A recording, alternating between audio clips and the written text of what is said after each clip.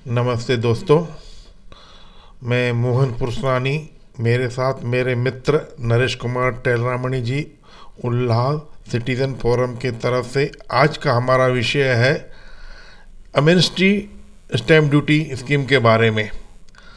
दोस्तों, ये स्कीम अभी जो पीरियड है उसका पूरा होने को आया है, पर हमारे जो नागरिक हैं जिनको स्टैम्प ड्यूटी भरनी है उनको मार्गदर्शन बराबर या जो उनको जो फॉर्मेलिटीज़ है बहुत टीडियस है, समझ में नहीं आ रहे हैं, फुलफिल भी नहीं कर पा रहे हैं। दोस्तों, जैसे जीआर हमारा फेल हो गया, लोगों ने फ़ायदा नहीं उठाया, वैसा ही सेम एमनेस्टी जो स्कीम आई है स्टैम्प ड्यूटी के ऊपर, उसके ऊपर भी हम लोग चाहते हुए भी गवर्नमेंट को पैसा देने के लिए रेडी है, पर वो स्कीम हम उसका लाभ नहीं उठा पा रहे हैं। वो क्यों नहीं उठा पा रहे हैं, क्या तकलीफ़ें हैं, वो हमें बताएंगे नरेश कुमार टेलरामणी जी। सर बताइए।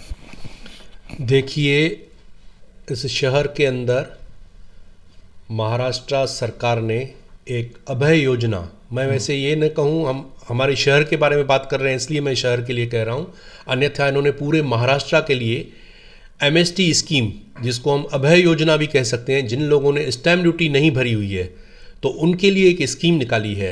नॉर्मल वे में क्या होता है, यदि आप आज की तारीख में अगर आपकी कोई पुरानी स्टैम्प ड्यूटी भरने जा रहे हैं तो जितनी आपकी लायबिलिटी बनती है, जितनी आपकी स्टैम्प ड्यूटी होनी चाहिए वो तो भरनी पड़ेगी, उसके साथ 400% पेनल्टी रहती थी। तो 400% पेनल्टी मतलब जितना आपको 20,000 मान लीजिए आपका स्टैम्प ड्यूटी भरनी है तो 80,000 रुपया उसके ऊपर पेनल्टी रहती थी, तो बहुत बड़ी तकलीफ थी। तो इसी तकलीफ़ों को ध्यान में रखते हुए सरकार ने एक अभय योजना एमएसटी स्कीम 2023 की निकाली, जिसमें उन्होंने कहा कि 1 दिसंबर से लेके 31 जनवरी तक ये 2 टिपों में होगी और दूसरी 1 फरवरी से 31 मार्च तक। तो जो 1 दिसंबर से 31 जनवरी तक भरेंगे उसमें उन लोगों को अगर 1 लाख रुपए तक स्टैम्प ड्यूटी आती है, अब 1 लाख का कई लोगों को समझ में नहीं आता है तो मैं समझा दूं, इसका मतलब ये नहीं कि आपकी जो फ्लैट है या जगह है उसकी कीमत 1 लाख होनी चाहिए, उसकी जो परसेंटेज निकाली जाएगी, मतलब समझ ली 5%, 6% जो भी उनकी स्टैम्प ड्यूटी बनती है। बात ऐसी हुई है, क्यों आज की तारीख में बहुत सारे लोग कंफ्यूज हैं और बहुत परेशान हैं, यहाँ से वहाँ भटक रहे हैं। उसकी वजह भी है, उसकी वजह ये है कि देखिए, किसी कारणवश, कारण कोई भी रहे हो, कई लोगों के उल्लासनगर में जो प्रॉपर्टीज़ हैं, फ्लैट्स हैं, वो 50 रुपये और 100 रुपये 20 रुपये स्टैम्प पेपर पे लिए हुए हैं, कुछ लोगों ने नोटरी करा के रखा है, लेकिन स्टैम्प ड्यूटी नहीं भरी है। मैं आपको बता दूं, जब तक आपने स्टैम्प ड्यूटी नहीं भरी है तब तक आप उस चीज़ के मालिक नहीं हो। कोर्ट में वो आपका स्टैम्प पेपर 100 रुपये वाला टिकेगा नहीं। कोर्ट कहेगी स्टैम्प ड्यूटी भरी है तो आप इसके मालिक हो, स्टैम्प ड्यूटी अगर आपने गवर्नमेंट को नहीं भरी है तो आप उसके मालिक ही नहीं हो।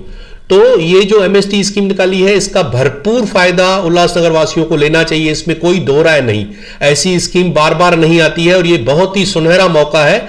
उसकी बहुत सारी वजह है। एक तो आपको पेनल्टी माफ हो रही है, दूसरा आपकी अगर 1 लाख के अंदर स्टैम्प ड्यूटी होती है तो वो माफ हो रही है। उसके साथ साथ अगर आप रीडेवलपमेंट के लिए जो भी बिल्डिंग्स जाएंगी उसमें जितने भी फ्लैट ओनर्स हैं सबकी स्टैम्प ड्यूटी भरी होगी तो ही आपको एफएसआई वगैरह का फायदा मिलेगा। इसके लिए रीडेवलपमेंट के लिए भी सभी फ्लैट धारकों को अपनी एमएसटी स्कीम के अंदर इसके अंदर स्टैम्प ड्यूटी भरनी है।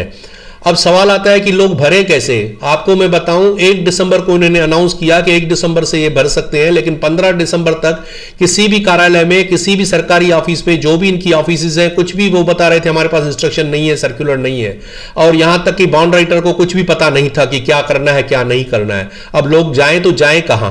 तो अल्टीमेटली 31 दिसंबर जब आ गई तो कुछ बॉन्ड राइटर्स के पास यादी आ गई, वो लिस्ट थी कि आपको ये सारे पेपर्स अगर आप देंगे अपने ओरिजिनल एग्रीमेंट के साथ, जो आपकी एग्रीमेंट ओरिजिनल है स्टैम्प पेपर की, 50 रुपए वाली हो 100 रुपए वाली हो, उसके साथ ये पेपर्स आपको सब देंगे तो हम आपका फाइल लेकर के थाना में पुटअप करेंगे और उसके ऊपर जितनी स्टैम्प ड्यूटी की लायबिलिटी बनेगी तो वो चालान बना के देंगे आपको। फिर स्टेट बैंक में पैसा भरना है, वो जब भी वहां पे दिखाएंगे तो आपका बॉन्ड राइटर जो भी, या आपने खुद पुटअप किया है तो फाइल लेके वापस आ सकते हैं। फिलहाल आपको सारे ओरिजिनल डॉक्यूमेंट्स फाइल का फाइल ही बना के वहां पे देना है। उसकी जेरॉक्स कॉपी अवश्य निकाल के अपने पास रखना, क्योंकि आप सरकारी ऑफिस में अपने ओरिजिनल पेपर्स दे रहे हो अपने फाइल के, भले आप बॉन्ड राइटर के थ्रू दो या खुद दो, उसकी जेरॉक्स कॉपी पूरे सेट की अपने पास अवश्य रखना, क्योंकि ऐसा हो सकता है, मैं नहीं कहता हूं होगा, कभी कभी ऐसा हो जाता है कि अपने ओरिजिनल पेपर्स ही कभी मिसप्लेस हो जाए सरकारी ऑफिस में, तो आपके पास डुप्लीकेट होगी, तो बहुत ही आपके लिए हेल्पफुल होगी। अब ये जब आप पुटअप करोगे और अपना पैसा भरोगे, तो उसके जो आपका 100 रुपए का स्टैंप पेपर है उसके ऊपर वो सरकार मोहर लगा के देगी कि डिफिशिएंट स्टैंप ड्यूटी पेड, यानी कि जो इन्होंने कम स्टैंप ड्यूटी भरी थी वो क्लियर हो गई। तो स्टैंप ड्यूटी पेड करना जरूरी है। अब मैंने आपको बताया कि कई लोगों को मालूमात ही नहीं थी, पेपर्स कौन से देने हैं वो मालूमात नहीं थी, बहुत कंफ्यूजन।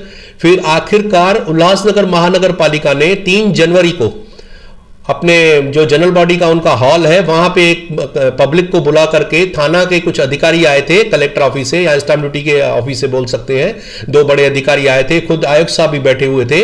तो वो इसीलिए मंगाया गया था कि लोगों को वो समझा सके और उनके अंदर जो भी कंफ्यूजन है उसको क्लियर कर सके।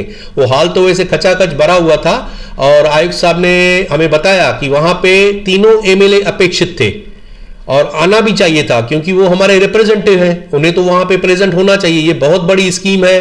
कई लोग उल्लासनगर में, हर एक आदमी जानता है कि इलीगल फ्लैट्स लिए हुए हैं, इलीगल एग्रीमेंट्स लगा के बैठे हुए हैं, तो उनको तो मदद करने के लिए ये सुनहरा मौका था। इस मीटिंग में उनको आना ही चाहिए था।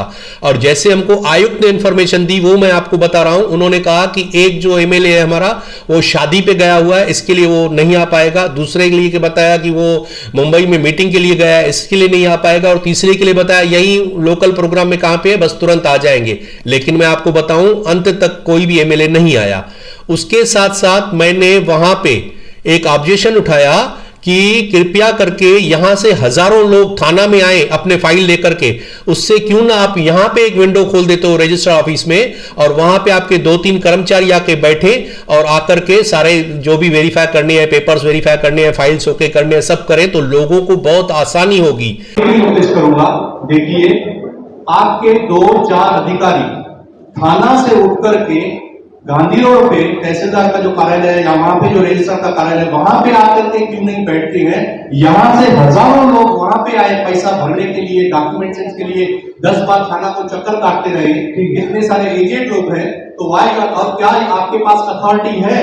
आप अगर यहाँ पे कमिटमेंट करके जा सकते हो कि हम वहां पे खोलेंगे, क्योंकि टाइम बहुत लिमिटेड है, रोज दिन ब दिन निकलते जा रहा है। पहली बात तो पहला महीना ऐसा चला कि आपको कुछ पता ही नहीं चल रहा अभी तक कि करना क्या है, तो टाइम तो ऐसे ही निकल जाएगा, तो फिर ये अभय योजना का कोई मतलब ही नहीं रह जाता है। तो मैं कॉमन आदमी हूँ, मैं ये चाहूंगा कि आप यहाँ पे हमको फैसिलिटी दीजिए और आपको अथॉरिटी है तो कमिटमेंट करके जाइए कि इतने दिनों के अंदर, आने वाले इतने दिनों के अंदर आपके उल्लासनगर में ये विंडो खुलेगी, हम जितनी क्वारीज रहेंगे वहां पे।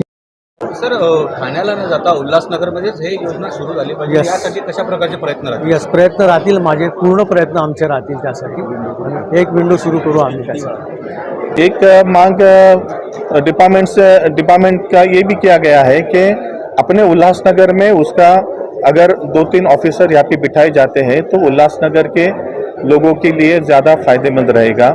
उसके बारे में भी जामरे साहब ने काफ़ी पॉजिटिवली उस पर निर्णय लिया है। उनको उनके जो डिपार्टमेंट्स है, उनके जो हायर ऑफिसर्स हैं, उनसे बात करके उस दिशा में भी वो डेफिनेटली वैसा कदम उठाएंगे, ऐसा हम अपेक्षा रख रहे हैं। जो कि वहां पे उन्होंने बिल्कुल एग्री किया। यहां तक कि आयुक्त साहब ने भी अपने बाइट में मीडिया को बताया कि ये बहुत पॉजिटिव स्टेप है और जरूर ये इस मामले में कार्रवाई होगी और यहां पे विंडो बहुत जल्द खोली जाएगी। लेकिन मैं बड़े दुर्भाग्य 3 तारीख की ये बात बता रहा हूं मैं आपको, जनवरी के, और आज 19 जनवरी है, आज तक उन्होंने विंडो नहीं खोली। तो ये क्या दर्शाता है? लोगों को मदद कैसे मिलेगी, कैसे लोग अपना काम करवाएं? अब बॉन्ड राइटर के पीछे भाग रहे हैं, बॉन्ड राइटर अलग अलग चार्जेस बता रहे हैं। कोई बता रहा है कि 25,000 हमको वहां पे फाइल का अंडर टेबल देना पड़ेगा और 10,000 हमारी फी होगी, 35,000 लगेंगे, कोई बोलता है 40,000 लगेगा। पेपर्स ऐसे बता रहे हैं कि लोगों को बहुत कंफ्यूजन, क्लियरिटी है नहीं। तो उसके 2 माध्यम है, मैं आपको बता दूं। अगर आप चाहें तो आप अपने खुद भी पेपर्स तैयार करके खुद फाइल लेकर के सबमिट कर सकते हैं। तो मुझे लगता है वहां पे जो अंडर टेबल की बात हो रही है वो शायद कम हो या न हो आपके लिए। और उसके लिए एक तो आप फिजिकल अगर करेंगे तो उसकी जेरॉक्स कॉपी, जैसे मैंने बोला, बना करके फाइल अपना पुटअप करिए, थाना में खुद चले जाइए, वहां पे आपको टोकन मिलेगा और बाद में आपको एसएमएस भी आ जाएगा कि आपका फाइल बराबर था, या कोई ऑब्जेक्शन है तो आपको एसएमएस पे आ जाएगा। लेकिन ये 31 जनवरी के अंदर करना है और जितने पेपर्स हैं वहां पे वो बनाने के लिए भी आपको 8-10 दिन लग जाएंगे। तो तुरंत इसका फायदा उठाइए और कीजिए। और दूसरा रास्ता है कि गवर्नमेंट ने एक साइट खोला है और उस साइट का नाम है, मैं आपको बता रहा हूं, IGR महाराष्ट्र। .gov.in, अगर ये साइट आप खोलेंगे तो उस पे भी आपको पूरी यादी भी मिल जाएगी कि कौन से पेपर्स आपको चाहिए, और आप अपना ऑनलाइन भी अपनी एप्लीकेशन पुटअप कर सकते हैं। लेकिन कई लोगों ने मुझे यह बताया कि वो जो साइट है कई बार खुलती नहीं और उसमें बहुत सारे प्रॉब्लम्स है। तो अगर आप फिजिकल खुद अपने पेपर्स बना करके, एक बार यादी तो बॉन्ड राइटर के पास भी अभी लगी हुई है, वो बना करके अगर खुद लेके जाते हैं, खुद फाइल सबमिट करते हैं तो भी हो जाएगा। तो लेकिन इसका फायदा अवश्य उठाइएगा। कंफ्यूजन बहुत है, मैं मानता हूं, बहुत लोगों को परेशानी है, समझ में ही नहीं आ रहा है कैसे करें, क्यों। और इसमें मैं तो कहूंगा कि काफी लोगों को मदद की सख्त जरूरत है, उनको ध्यान देना चाहिए। नरेश जी, जैसे आपने बोला जो ये स्कीम है, मुझे तो लगता है ये स्कीम आयवाश है, कुछ दबाव में, किसी दबाव में यहाँ पे लाई गई है, क्योंकि हम लोग बेनिफिट नहीं उठा पा रहे। आपने तो हमको रास्ता दिखाया, बताया कि ऐसा ऐसा करके हमको वो स्कीम में वो फॉर्म्स भरने हैं। और अगर किसी को स्कीम में जैसे 1 लाख तक ये स्टैम्प ड्यूटी नहीं भरनी है, पर जो बॉन्ड राइटर्स हैं उनकी चार्जेस तो बहुत हाई है। कोई फॉर्म सबमिट करने के 5,000, अंडर टेबल के 20,000। तो मिनिस्ट्री का फिर फायदा क्या हुआ? उल्टा 25,000 मुझे भरना ही पड़ा स्टैम्प ड्यूटी ना होने के मुताबिक। इसके लिए मैं चाहूँगा आप हमें और मार्गदर्शन करें, जैसे लोग मैक्सिमम इसका फायदा उठा सके। देखिए, इसके लिए मैं कहूँगा कि हमारे जो चुने हुए प्रतिनिधि, खास करके तीनों एमएलए, हाँ, इन लोगों ने उल्लासनगर में एक कार्यालय, कम से कम एक कार्यालय खोल के वहाँ पे एक जानकार आदमी को, 1 या 2 जानकार आदमियों को बिठाना चाहिए, लैपटॉप या जो भी कंप्यूटर है वो लगा के देना चाहिए, और ऑनलाइन वहाँ से ही एप्लीकेशन उनको करवाइए। पेपर्स कौन से चाहिए उसका मार्गदर्शन उनको कीजिए, क्योंकि आपकी जनता है, आपके वोटर्स हैं। महाराष्ट्र सरकार से स्कीम आई है तो आपका यह उत्तरदायित्व और कर्तव्य बनता है कि अपने जो आपको वोटर्स हैं, जो आपको चुन के भेजते हैं, उनका मार्गदर्शन आपको करना चाहिए। उसके साथ साथ मैं तो कहूँगा जो माजी नगर सेवक हैं वो भी चाहे, जैसे अलग अलग कैंप्स लगाते रहते हैं आधार कार्ड की, आयुष्मान कार्ड की, वैसे ये भी एक कैंप लगा दे, और कैंप लगा करके अपने अपने कार्यालय में अपने वार्ड और अपने पैनल के लोगों को अगर मार्गदर्शन करते हैं या उनकी मदद करते हैं तो ये बहुत ही कारगर सिद्ध होगी। लेकिन मैं फिर से कह रहा हूं कि देखिए, इन लोगों के सहारे मत बैठना, अब तक तो कुछ हुआ नहीं, और तो और मीटिंग में भी बहुत ही कम, मैं समझता हूं हार्डली 4-5 नगर सेवक आए होंगे, ज्यादा नगर सेवक आए नहीं थे, 6-7 आए होंगे, उससे ज्यादा नहीं आए थे। जबकि ऐसा होना चाहिए था, जितने माजी नगर सेवक थे उनको वो अटेंड करना चाहिए था, सारी चीजों को अच्छी तरह से समझ के अनाउंस करना चाहिए कि अभी आप आइए हमारे ऑफिस में, हम आपका मार्गदर्शन करेंगे। लेकिन बहुत अफसोस की बात है, कोई नहीं आया। यहां तक कि जो सिटिंग एमएलएज हैं उन्होंने भी, जैसे मैंने बताया, वो भी नहीं आए। तो अब देखिए, लोगों को मदद की जरूरत है, समय भी बहुत कम है, और मैं फिर से कहता हूं शहरवासियों को कि ये सुनहरा मौका अपने हाथ से गंवाना मत। ये बहुत ही सुनहरा मौका है, सरकार ने दिया है, इसका भरपूर फायदा उठाइए। अब फिजिकल फॉर्म में आप देके आते हो या ऑनलाइन, वो आपके ऊपर है। पेपर्स इकट्ठे कीजिए, थोड़ी मेहनत कीजिए, कुछ लोगों का मार्गदर्शन यहाँ वहाँ से, जो भी आपके अड़ोस पड़ोस में अगर किसी ने फाइल पुटअप किया या पेपर्स बनाए, उनका मार्गदर्शन लीजिए। क्योंकि होना तो मैंने जैसे बताया कि जनता के जो रिप्रेजेंटेटिव्स हैं उनको आगे आना चाहिए। लेकिन बड़े ही दुर्भाग्य की बात है, हर बार की समय अब भी उल्लासनगर के जो चुने हुए प्रतिनिधि हैं वो बड़े आराम से बैठे हुए हैं, उनको तो फिक्र ही नहीं है किसी बात की, और बेचारे लोग यहाँ से वहाँ भटक रहे हैं। नरेश जी, हम उम्मीद करते हैं जो हमारे नेतागण हैं वो मैदान में आके जनता को मार्गदर्शन करेंगे कि जैसे आराम से हम स्टैम्प ड्यूटी की जो एमएसटी स्कीम जो है पैसे भरें और मैक्सिमम उसका फायदा उठाएं। मोहन जी, मैं एक बात और आपको कहना चाहूँगा। मैं इस समाचार उल्लास सिटीजन फोरम के जो हमारी ये न्यूज़ है आपके पास पहुंच रही है, जो भी हमारा मंच है जिसके माध्यम से हम आपसे बात करते हैं, तो मैं यह भी संदेश देना चाहूँगा हमारे जो तीनों आमदार हैं कि कृपया करके महाराष्ट्र सरकार से बात कीजिए, उन्हें बताइए। पहला महीना तो ऐसे ही चला गया था, अब भी पेपर्स के लिए लोग भाग रहे हैं। 18-19 तारीख हो गई है, लोग रेवेन्यू मिलेगी महाराष्ट्र सरकार को, करोड़ों रुपए उल्लासनगर से मिलेगी, लोग पैसा भरने के लिए भी तैयार हैं। तो 2 महत्वपूर्ण कदम, मैं फिर से कह रहा हूं, एमएलए तीनों अच्छी तरह से सुन लीजिए। अब अपनी जनता के लिए, अपनी कॉन्स्टिट्यूशंसी के लिए 2 अहम कदम उठाइए। एक, जितने थाना में से आदमी लोगों को 3-4 लोगों को यहां पे बिठाइए, गांधी रोड पे हेल्पिंग डेस्क उसको बोलते हैं, वो वहां पे बैठे लोगों को गाइड करें, मार्गदर्शन करें अच्छी तरह से, यहां पे ही फाइल वेरीफाई करें और यहां से टोकन बना के उनको दें और फाइल अपने जो वहां थाना लेके जाना है थाना लेके जाएं। लेकिन वो काम यहां पे होना चाहिए। उसके लिए सरकार को बोल के कोई बड़ी बात नहीं है, 3 एमएलए अगर चाहें तो एक दिन का मामला होता है, 4-5 रिप्रेजेंटेटिव को यहां पे वो दे सकते हैं और उनको भेज सकते हैं।